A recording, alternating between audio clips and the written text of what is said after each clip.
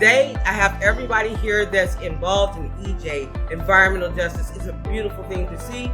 All these agencies came together for one common cause.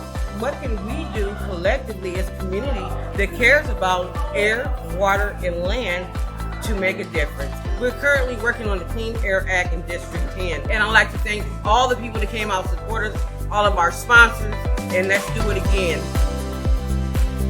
Really excited to move forward with next year's and really bring and highlight the communities of these youth that are at the front line of these health disparities and environmental issues, facing asthma, cancer rates, the lack of food security, the lack of housing.